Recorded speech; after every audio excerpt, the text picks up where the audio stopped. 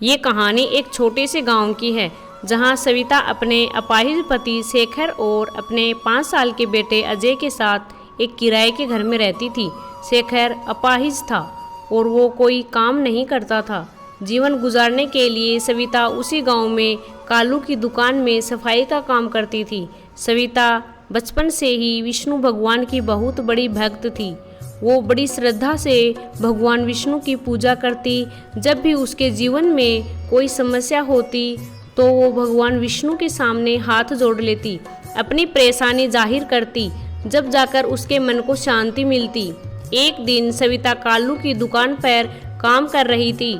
तभी वहाँ सविता की पड़ोसन सुरेखा आई और बोली, अरे कालू भाई, मुझे 2 किलो चने की दाल देना। तब कालू भाई बोले, अरे सुनो सविता बहन, क्या तुम सुरेखा बहन को दाल तोल कर दे सकती हो? मैं थोड़ा कल के माल ताल का हिसाब किताब कर लूँ। सविता, जी मालिक, अभी देती हूँ। सविता सुरेखा को दाल तोल कर दे देती है। सुरेखा हंसकर बोली, क्या सविता, तुम्हारे ऐसे दिन आ गए? मामूली सी दुकान में सफाई का काम करना पड़ रहा है। यहाँ काम करने के 50-60 रुपये से ज़्यादा तो मिलते नहीं होंगे। सविता बोली, सुरेखा बहन, मुझे विष्णु भगवान पर पूरा भरोसा है और जो काम मैं यहाँ करती हूँ उससे मुझे कोई आपत्ति नहीं है। और हाँ, वैसे तो मुझे इतने पैसे मिल ही जाते हैं कि मैं अपने परिवार के लिए 2 समय का भोजन भी की व्यवस्था कर सकूँ। हाँ, चल ये ले, अब पैसे काट ले दाल के। और हाँ, ध्यान से 500 का नोट है। तुमने पहली बार ही देखा होगा ना, देख लो अच्छे से। ऐसा होता है 500 का नोट, गरीब कहीं की। अरे मालिक जी, आप सुरेखा बहन को पैसे वापस करके दे दीजिए। कालू, अरे सविता, गल्ला वहीं तो रखा है, दे दे निकाल के। कालू के पैसों का गल्ला वहीं पास में रखा था। सविता जैसे ही गल्ले से निकालने लगी तभी सुरेखा ने पीछे रखी एक चॉकलेट सविता से मांग ली। सविता ने जैसे ही पीछे मुड़कर देखा तभी सुरेखा ने अपना हाथ डालकर कालू के गले से नोटों का बंडल निकाल लिया और जल्दी से अपनी साड़ी के पल्लू में छुपा लिया। सविता, ये लीजिए सुरेखा बहन। सविता ने सुरेखा को बाकी के पैसे और चॉकलेट दी। उसके बाद सुरेखा वहाँ से निकलकर पास में ही दीवार की आड़ में छुप गई। हंसकर बोली, अब आएगा मज़ा, बड़ी बातें बना रही थी ना, अब देख मैं तुझे कैसे चोरी के इल्ज़ाम में फंसाकर इस दुकान से हमेशा हमेशा के लिए निकलवाती हूँ। फिर देखती हूँ कि कैसे तू अपने परिवार का पेट भरती है। तभी कालू अपने गल्ले के पास आया और गल्ले में जब पैसे गायब दिखे तो वो जोर से चिल्लाने लगा। कालू की आवाज़ सुनकर सुरेखा भी वहाँ आ गई। अरे क्या हुआ कालू भैया, आप इतने ज़ोर से चिल्ला क्यों रहे हो? अरे सविता बहन, गले में पैसे रखे थे ना, जाने कहाँ चले गए। अभी तो मैंने 10,000 रुपये के नोटों का बंडल रखा था, इससे अब तो वो पैसे कहीं दिख भी नहीं रहे। सविता मालिक से बोली, मुझे नहीं पता, मैंने तो केवल सुरेखा बहन के गले से छूटे पैसे दिए थे, मैंने पैसे नहीं निकाले गले से। कालू, अरे तूने नहीं निकाले तो कहाँ चले गए? तेरे सिवा कोई आया भी नहीं है गले के पास, सीधे तरीके से पैसे निकाल दे सविता बहन। सुरेखा, अरे कालू भाई, इस तरह के गरीब औरतों को मैं बहुत अच्छे से जानती हूँ। ये पहले तो दुकान में काम करने के बहाने से घूमती है, घुस जाती है और फिर धीरे धीरे करके चोरी करना शुरू कर देती है। आप चिंता मत कीजिए, मैं अभी इसकी तलाशी लेती हूँ। सुरेखा सविता के पास आई और उसकी तलाशी लेने लगी। तभी सुरेखा ने चुपके से अपने पल्लू में से 10,000 रुपये के नोटों का बंडल निकालकर सविता की साड़ी के पल्लू में छुपा दिया और अचानक से वही बंडल निकालकर कालू को दिखाया। सुरेखा, ये देखिए कालू भाई, ये रहे आपके 10,000 रुपये। इस सविता ने अपनी साड़ी के पल्लू में छुपा रखे थे। ये सब क्या है? सविता बहन, मैंने तुझे गरीब समझकर अपनी दुकान पर रखा और मेरी ही दुकान में चोरी कर रही है। अब तक ना जाने कितनी चोरियां की होगी मेरी दुकान से। सविता, नहीं मालिक, मैंने ये पैसे नहीं चुराए, मैंने आज तक आपकी दुकान से कुछ भी नहीं चुराया, मेरा विश्वास कीजिए, मैंने नहीं चुराए थे ये पैसे। कालू ने सविता की एक नहीं सुनी और उसे धक्के देकर वहाँ से निकाल दिया। सविता गिड़गिड़ाती रही, रोती रही, अपनी बेगुनाही साबित करती रही, लेकिन कालू ने एक नहीं सुनी। सविता रोते रोते अपने घर पहुंची और अपने पति व बेटे को सारी बात बताई। सविता रोज काम की तलाश में घूमती रही और कालू ने सविता के बारे में पूरे गांव वालों को बता दिया। इसीलिए सविता को कोई भी काम नहीं दे रहा था।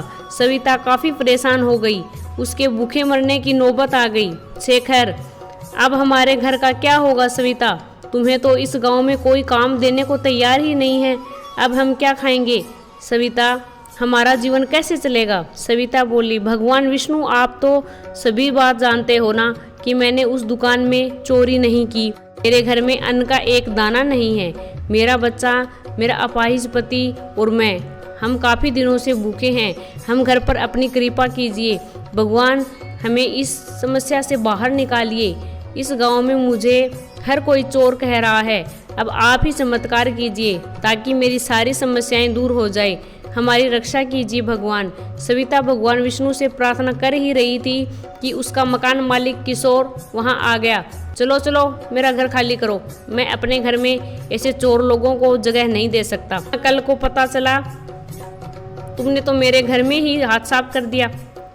सविता बोली, अरे किशोर भाई, ये आप क्या कह रहे हो? मैं गरीब अपने अपाहिज पति और छोटे बच्चे को लेकर कहाँ जाऊंगी? मुझ गरीब पर रहम करो। किशोर ने सविता की एक नहीं सुनी, उसके सामान के साथ साथ उसके पति और बच्चे को भी घर से निकाल दिया। घर में ताला लगाकर वो वहाँ से चला आया। सविता रोते रोते सुरेखा के पास आई और उसे सारी दास्तान बताई। सुरेखा बहन, मैं आपसे विनती करती हूँ, मुझ गरीब की सहायता करो। ऐसी हालत में मैं मेरे अपाहिज पति और छोटे बच्चे को लेकर कहाँ जाऊँगी? मुझे अपने घर में कुछ दिनों के लिए पनाह दे दो। मैं तुम्हारा यह एहसान जीवन भर नहीं भूलूंगी। सुरेखा बोली, अरे जाओ जाओ यहाँ से, यहाँ हमें रहने के लिए घर में जगह नहीं है और हम तुम सबको कहाँ से रखेंगे? भला जाओ यहाँ से और जाकर सहायता मांगो किसी और से। सविता उदास होकर दूसरे घर जाने लगी। तभी शेखर ने कहा, नहीं सविता, अभी किसी और के घर मत जाओ, हमारी कोई सहायता नहीं करेगा। देखो अब रात भी होने को आई है, अब यहीं अपने घर के सामने सड़क पर सो जाते हैं।